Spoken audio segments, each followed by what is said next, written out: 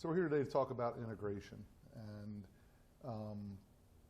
I'm a field guy, and you're the go-to guy for integration at Bosch Security. And I've constantly come to you with challenges that customers give to me about integration.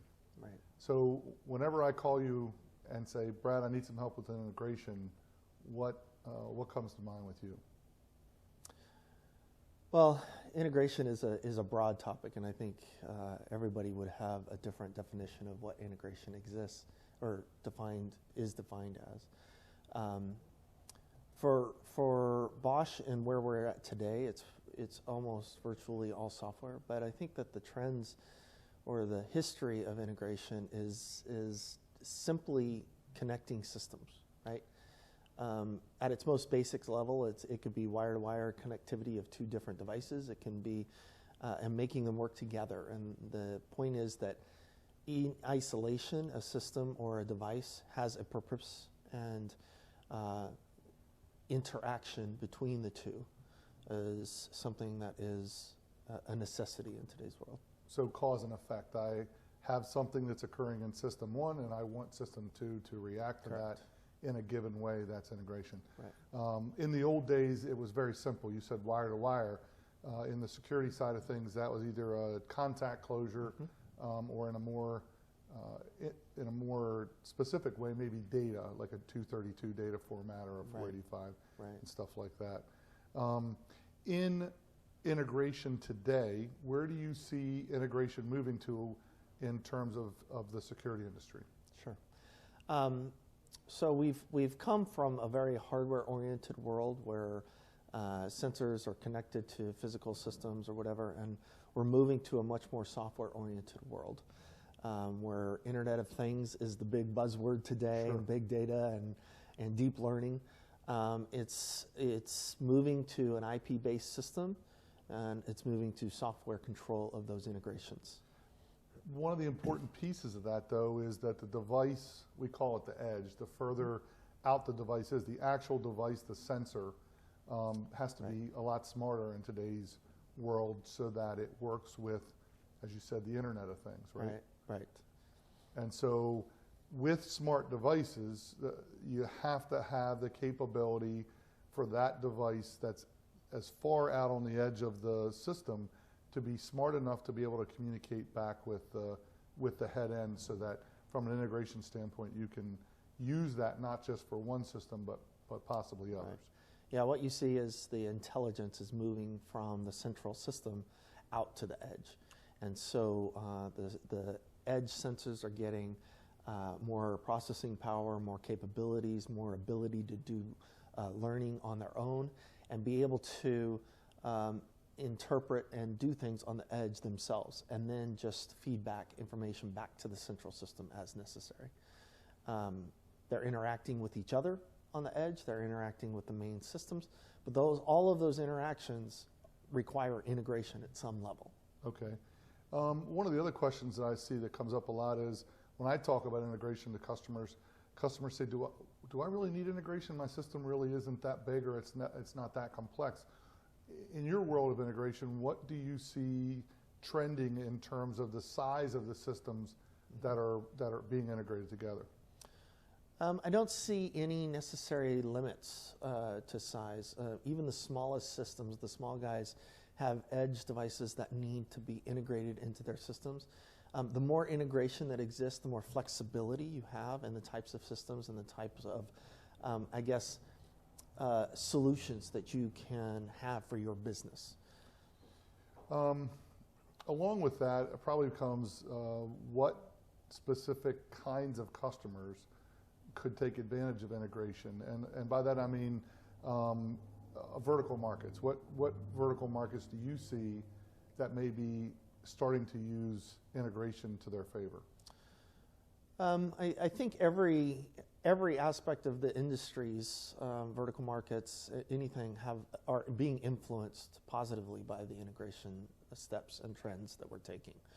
I don't see any particular vertical needing it more or less. Simply put, Isolated systems are on the decline, and integrated systems are on the rise. And the more integratable we're able to make our systems, the more options our customers have, and the more strengths that they'll be able to do to provide the necessary things that they want for their customer base. And that kind of leads me right into the next question, which is, which systems, and specifically to the security market, but maybe a little bit out of that, because our products not all relate directly to a security locking a door and looking who's on the other side, but Right. the security industry is kind of getting into some other facets of life. Mm-hmm. What systems do you see being integrated together? Well, I can give you an example. So like today, or historically, security systems have been very isolated to ensuring the physical security of a building. But one of the trends that we see now is operationally, the businesses are looking to use the data gathered by these security systems into improving their operations, whether it be marketing data or a retail system. We're able to connect the systems now so that you can know the heat maps of your organization, of the way people are going through the stores. People flow. Or product flow. Product flow, where people are standing, where people are stopping, the count So maybe even of not people. as a positive, but maybe that's a negative, because it keeps flow from happening the way you'd like it to. Yeah, but it allows you to make business decisions rather than security decisions. It allows you to make business decisions about how you want to change things. So taking what would normally be a separate system, a security system, that had one purpose before, which was Right. making sure the doors are closed, or enunciating when they were open, when they weren't supposed to be, Right. or capturing video or something to that effect, controlling who comes and goes in and out of the door, but then turning that into a profit-based information. Right. Because there's already a sensor on the door, there's already a camera there, there's already people already have a card in their hands Right. to open a door. So we're taking that information and sort of using it outside of the premise of security, but maintaining the premise of security while giving it a second use. Absolutely, and in that, it switches the cost structure from a capital expense into an operational expense, which from a business standpoint is very intriguing. So one final question and thought. When we start to talk about integration, what positives do putting systems on a network or a common network bring to integration? Well, you get the commonality aspect of it, and I think with that you get an opportunity for standardization in how you communicate. So with that standardization, I can now implement something in one way, and a lot of people have the ability to integrate to that in that same way, and you get multiple levels of communication. And analogize this to languages, right? The common business language is English, and that has broadened out worldwide and globally now to where English is used in the world of business. All different people speak all different kinds of language, but for business, we standardize on the idea of using English.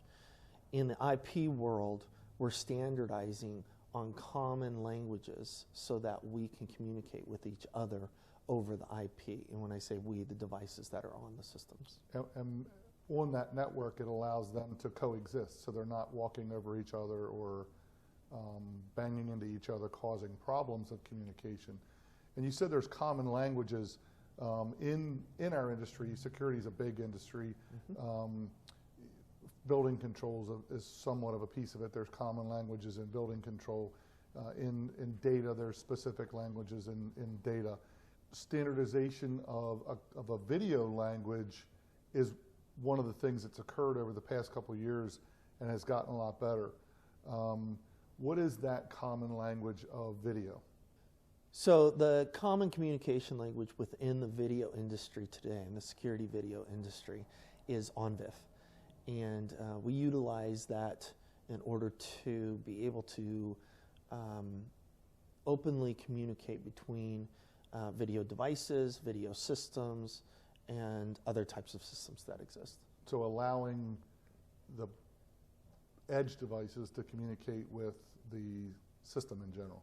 And systems communicate with each other. Okay. Yeah.